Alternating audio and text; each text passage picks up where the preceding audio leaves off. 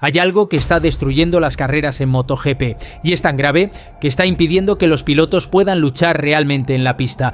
Todo tiene que ver con una sola cosa: los neumáticos. Sí, esos aparentemente simples círculos de caucho están afectando tanto la competición que los pilotos han tenido que cambiar completamente su forma de correr. En este video vas a descubrir por qué los neumáticos están arruinando MotoGP y cómo algo tan pequeño puede tener un impacto tan enorme en el espectáculo. Pero primero, para entender todo lo que viene, tenemos que comprender de qué están hechos los neumáticos y cómo eso afecta a algo esencial cuando los pilotos están en pista. Los neumáticos de hoy están compuestos por varias capas de fibras de poliéster y bandas de acero. Este tipo de construcción se conoce como neumático radial y todas esas capas en conjunto forman lo que se llama la carcasa del neumático. Encima de esa estructura se colocan los distintos compuestos que determinan el agarre, la durabilidad y la temperatura de trabajo. Seguro que has escuchado hablar de los compuestos blando, medio y duro en casi todas las disciplinas del motorsport. Básicamente, eso describe el tipo de material que recubre la carcasa. Ahora nos pondremos un poco técnicos, pero lo haremos fácil de entender. Cada tipo de compuesto se compone de una mezcla de elastómeros, resinas y una sustancia llamada carbon black. Las proporciones de cada uno cambian lo que los ingenieros llaman temperatura de transición vítrea, que es el punto donde la goma pasa de ser rígida a volverse flexible. En términos simples, los neumáticos blandos se vuelven más adherentes a temperaturas más bajas, mientras que los duros necesitan más calor para alcanzar ese punto. Si pudiéramos observar una MotoGP tomando una curva bajo un microscopio, veríamos cómo el neumático blando se deforma mucho más y se adapta a las pequeñas imperfecciones del asfalto, aumentando el contacto y, por tanto, la fricción. Los compuestos duros, en cambio, no se deforman tanto, por lo que ofrecen menos agarre, pero duran más. El equilibrio entre velocidad y durabilidad es una constante batalla en MotoGP. Aquí llega el verdadero problema. Los neumáticos actuales de MotoGP, fabricados por la marca Michelin, son extremadamente exigentes con la temperatura. Solo funcionan de forma óptima dentro de una ventana muy estrecha y fuera de ella se vuelven impredecibles.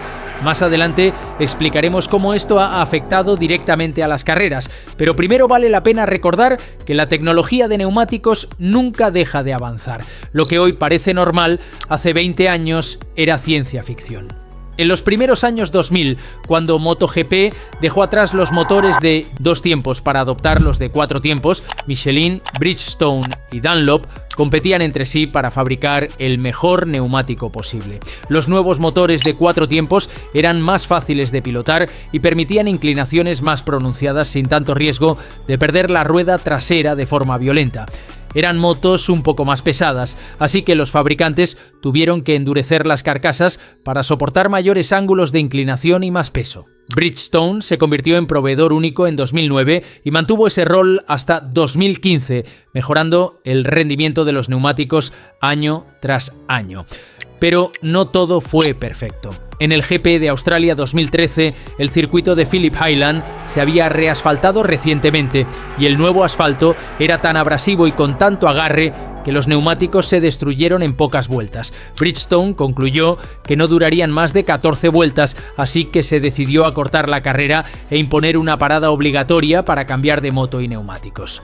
En 2016, Michelin regresó como proveedor único de MotoGP y decidió seguir un camino diferente al de Bridgestone. Apostaron por compuestos más blandos en todas las gamas, lo que trajo más agarre, pero también más inestabilidad. Ese mismo año, durante el GP de Argentina, los neumáticos comenzaron a fallar, obligando a acortar la carrera y volver a introducir las paradas obligatorias. En 2017, Michelin endureció ligeramente los compuestos basándose en el feedback de los pilotos, pero durante varios años no cambió demasiado la situación, hasta que en 2020 lanzaron un nuevo neumático trasero con un agarre brutal. Los equipos ajustaron sus motos para aprovecharlo y los tiempos por vuelta se desplomaron, pero con ese rendimiento llegó un nuevo conflicto: las presiones mínimas obligatorias. Michelin estableció que los neumáticos debían mantener 1,9 bares delante y 1,7 bares detrás durante la carrera, pero todos los equipos ignoraron la norma y empezaron a usar presiones mucho más bajas. ¿Por qué? porque al rodar detrás de otra moto, el aire caliente que ésta desprende desde su motor aumenta la temperatura de la moto de atrás y por tanto la presión interna del neumático también aumenta. Si arrancaban con las cifras estipuladas, esa presión subiría demasiado y el neumático saldría de su ventana de rendimiento ideal. Así que decidieron comenzar con presiones más bajas. En pocas palabras, estaban haciendo trampa, y lo curioso es que Michelin lo permitió. No aplicaron la norma, lo cual resultó bastante extraño, pero con el tiempo comenzaron a encontrar neumáticos dañados internamente por esas presiones tan bajas. Y ahí surgió el problema real. Cuanto más bajaban las presiones para ganar rendimiento, más riesgo asumían. Tarde o temprano algo iba a salir mal. Para evitarlo, MotoGP y Michelin decidieron imponer una nueva regulación, y esa decisión cambiaría completamente el desarrollo de las carreras.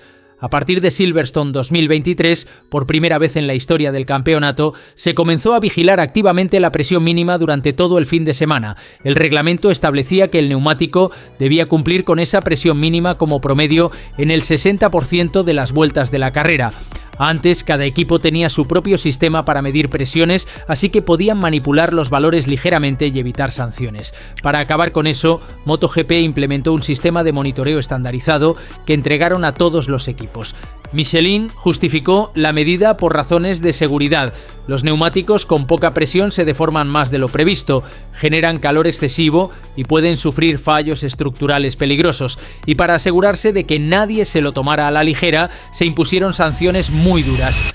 En 2023 se introdujo un sistema progresivo. La primera infracción solo era una advertencia, la segunda añadía 3 segundos, la tercera 6 y la cuarta 12. Pero en 2024 la cosa se volvió aún más estricta. Si un piloto corría con presión inferior al mínimo, recibía una penalización directa de 16 segundos. Y ahí comenzó la verdadera pesadilla. No pasó mucho tiempo hasta que llegaron las primeras sanciones. Fabio Di Giannantonio perdió un podio en Valencia porque su rueda delantera tenía la presión por debajo del mínimo. Jorge Martín fue advertido en Tailandia de haber sido penalizado, habría caído al puesto 13. A medida que avanzaba la temporada 2023, las sanciones se multiplicaron y los resultados oficiales se retrasaban cada fin de semana. Los pilotos estaban furiosos y con razón, porque ¿cómo pueden saber los equipos qué presión exacta van a tener los neumáticos una vez que empiece la carrera? La respuesta es simple, no pueden. Intentan predecirlo usando datos y simulaciones, pero en realidad es una apuesta a ciegas. Imagina esto, un piloto parte quinto en la parrilla. Durante las primeras vueltas, si se mantiene detrás de otros, el aire caliente que sale de las motos de adelante elevará la temperatura y la presión de sus neumáticos. Por eso, el equipo decide empezar con una presión más baja, pero si hay un par de caídas y ese piloto termina liderando, el aire limpio y fresco golpea directamente el neumático y la presión ya no sube tanto. Resultado, su presión cae por debajo del límite y acaba penalizado. Por eso algunos pilotos tienen que dejarse adelantar. Marc Márquez lo hizo al inicio de la temporada 2025. Esperó varios segundos a que su hermano Alex lo alcanzara, lo dejó pasar y se quedó detrás para mantener la presión. Cuando cumplió con el mínimo exigido, atacó, lo superó y se escapó. Maverick Viñales vivió algo similar en Qatar. Le faltó una sola vuelta dentro del rango mínimo y cayó del podio al puesto 14, arruinando una carrera espectacular. Y el caso opuesto también ocurre. Si un piloto sale quinto y planea adelantar varias posiciones, el equipo puede optar por presiones más altas al inicio. Pero si luego no consigue adelantar, el piloto se atasca con otras motos, la presión se dispara, el neumático sale del rango ideal y el rendimiento desaparece por completo. En resumen, todo es un caos. La esperanza está puesta en 2027, cuando Pirelli tomará el relevo de Michelin como proveedor oficial. Se espera que traigan neumáticos más consistentes, con una ventana de funcionamiento más amplia y un reglamento más flexible. Hasta entonces, los pilotos seguirán librando una guerra silenciosa contra algo invisible, la presión del aire dentro de sus neumáticos. Una batalla contra la física, las normas y la lógica, que ha transformado MotoGP en un rompecabezas técnico más que en una carrera entre los mejores pilotos del mundo. Si te gustó este análisis y quieres descubrir más curiosidades del mundo MotoGP, suscríbete a Rider Curioso y acompáñanos para entender más secretos técnicos.